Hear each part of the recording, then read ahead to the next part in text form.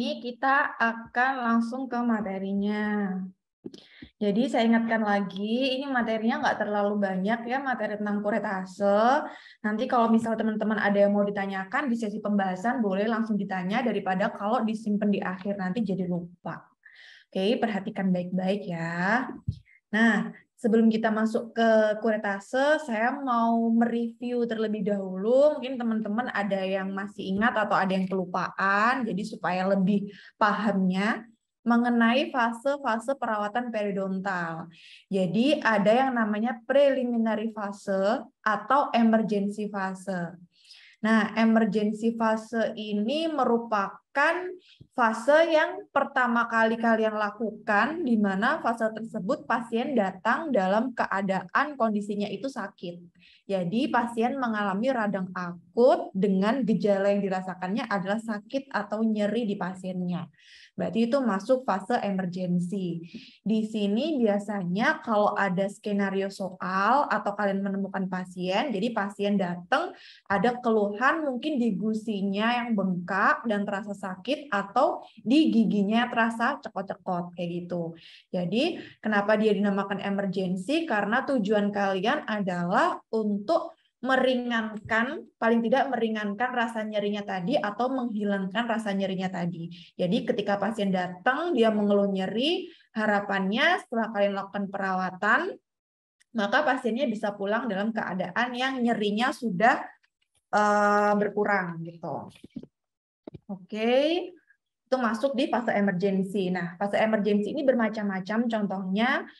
Salah satunya adalah akut necrotizing ulcerative gingivitis atau akut necrotizing ulcerative periodontitis. Jadi pasien datang kalau misalnya ada lesi khas, entah itu anuk maupun anup, tentu pasiennya akan merasa nyeri di daerah gusinya.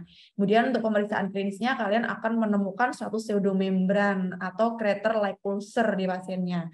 Nah, kemudian kalian merawat pseudomembran tersebut, debridement dan sebagainya sambil kalian lakukan scaling, terus kalian berikan resep analgesik. Nah, hal tersebut merupakan masuk di fase emergency. Selain itu juga perawatan abses. Di sini kalau pasiennya menderita abses pasti datang dalam keadaan yang nyeri kayak gitu. Jadi kalian insisi, drainase, mengeluarkan pus atau nanah, nah itu juga masuk di fase emergency. Kemudian herpetic gingival stomatitis atau PHGS akibat adanya virus herpes simplex HSV1. Nah, yang terakhir contohnya adalah pada gigi hopeless tooth. Hopeless tooth itu biasanya pada kasus giginya itu gangren radix, kemudian mahkotanya itu sifatnya masih lancip, karena dia gangren radix, terus ada sisa mahkota yang lancip. Nah, sisa mahkota tersebut terus-terusan mengiritasi lidah, kayak gitu. Nah, itu bisa dilakukan pencabutan pada gigi yang hopeless tooth tadi. Oke, itu masuk di fase emergency. Kemudian ada yang namanya non-surgical fase, atau nama lainnya adalah fase non-bedah, fase 1, etiotropik fase atau inisial fase. Nah, setelah kalian menjalani fase 1 secara keseluruhan, kemudian masuk di maintenance fase. Jadi pasien datang, dia mengeluh adanya karang gigi yang banyak, kemudian kalian lakukan dental health education plus scaling root planning pada pertemuan pertama. Setelah itu, pasiennya pulang, terus H+7 pasiennya kontrol, kemudian kalian cek plak, kalkulus, peradangan maupun BOP-nya juga dicek, serta kedalaman pocket. Nah, itu masuk di maintenance fase atau fase keempat. Nah, sambil kalian mengecek pocketnya, tentu kemungkinan akan kalian dapatkan adanya pocket yang lebih dari sama dengan 4 mili. Karena kan normalnya kan 2-3 mili. Otomatis kalau dia itu lebih dari sama dengan 4 mili, berarti namanya sudah pocket periodontal apabila disertai dengan attachment loss dan kehilangan tulang alveolar. Nah, kemudian kalian masuk ke surgical fase. Surgical fasenya bisa kuretase, bisa bedah flap tergantung dengan kedalaman pocketnya tadi. Nah, kemudian setelah surgical fase kalian lakukan, masuk lagi ke maintenance fase. Jadi dicek yang tadinya butuh bedah flap, tentunya perlu suturing dan sebagainya. Di maintenance fasenya kalian bisa up jahitan. Yang tadinya kemungkinan butuh gingivectomy atau kuretase, kemudian kalian tutup dengan periodontal pack. Di maintenance fasenya kalian bisa bersihkan periodontal pack tadi. Setelah itu baru masuk ke fase yang ketiga atau restoratif fase, itu mencakup penggantian gigi yang hilang. Jadi kayak misalnya fase rekonstruksi giginya yang hilang tadi atau gigi yang edontulus, kalian ganti dengan GTSL akrilik atau GTSKL, atau bisa juga pakai bridge atau gigi tiruan jembatan. Tuh. Nah, yang masuk fase 1, 2, 3, 4 apa aja? Ini, yang masuk di fase 1 adalah dental health education atau edukasi kepada pasien mengenai instruksi menjaga kebersihan rongga mulut di pasiennya. Yang kedua adalah scaling root planning, itu juga masuk di fase 1.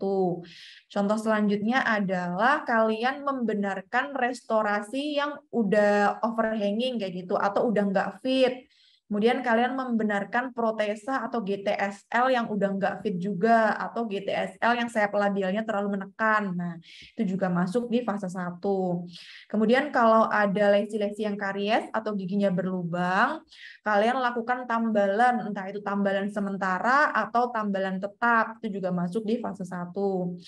Kemudian perawatan orto, perawatan pada gigi yang impaksi. Jadi misalnya ada gigi 48, ada operculum atau gingiva yang menutupi mahkota dari gigi yang impaksi tadi.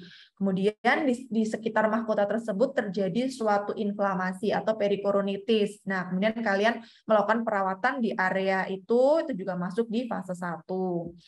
Kemudian treatment occlusal trauma atau occlusal adjustment. Ekstraksi hopeless teeth. Nah, ekstraksi hopeless teeth ini bisa masuk di fase 1, bisa masuk di fase emergency. Tergantung pasien itu datang dalam keadaan nyeri atau enggaknya. Jadi kalau pasien datang dalam keadaan nyeri, maka itu masuk di fase emergency. Tapi kalau pasien datang nih dalam keadaan enggak nyaman aja, jadi kayak misal, ini dok, gigi sisa akar saya itu mengganggu banget kayak gitu, mau dicabut padahal pasiennya nggak ada keluhan, jadi nggak ada keluhan nyeri atau tidak sedang radang akut, itu berarti masuk di fase 1. Kemudian yang ke-9 adalah ketika teman-teman memberikan host modulation therapy, kayak misalnya doxycycline 20 mg 2x1 kayak gitu. Nah, itu berarti masuk di fase 1 juga. Terus pada saat kalian mengambil sampel plak atau biofilm untuk uji sensitivitas bakteri, itu juga masuk di fase 1. Nah, kalau fase 1 udah dilakukan, maka baru masuk ke maintenance. Maintenance atau fase 4. Yang kalian cek adalah kedalaman poketnya, inflamasi gingivanya itu juga dicek. Kalau yang fase atau kunjungan pertama itu hampir keseluruhannya itu keradangan, mengalami keradangan atau perdarahan. Biasanya setelah dilakukan fase 1 scaling root planning, pada saat maintenance, inflamasinya akan berkurang. Nah, itu kalian amati juga. Kemudian dicek juga ada tidaknya plak dan kalkulus atau gigi yang karies. Kemudian dicek juga oklusi di pasiennya, kegoyangan gigi, dan perubahan patologis lainnya. Jadi semua keseluruhan yang ada di rongga mulut pasiennya yang abnormal itu diperhatikan. Nah, setelah maintenance sudah selesai dilakukan, apabila ada yang diperlukan untuk masuk di fase 2, maka dilakukan perawatan di fase 2 atau surgical fase. Dia meliputi terapi periodontal, seperti contohnya adalah implan, bedah flap, bedah tulang, itu sama endodontik terapi. Jadi perawatan saluran akar itu ternyata masuk di fase 2. Jadi kalau ditanya scaling root planning dulu atau perawatan saluran akar, tentu kita harus melewati fase 1 dulu, yaitu scaling root planning, dental health education, kemudian maintenance, baru masuk di perawatan saluran akar. Karena ternyata perawatan saluran akar itu masuk di fase 2. Nah, kemudian masuk di fase 2, boleh kembali lagi ke maintenance atau boleh langsung di fase restoratif atau fase yang ketiga. Nah, untuk fase restoratif ini ada restorasi yang final. Jadi kayak misal ada yang edontulus, gigi di pasiennya edontulus, maka diganti dengan adanya fix atau removable prosto. Jadi pakai gigi tiruan jembatan atau gigi tiruan sebagian lengkap akrilik atau gigi tiruan sebagian lengkap kerangka logam atau gigi tiruan lengkap juga bisa. Itu berarti masuk di fase 3.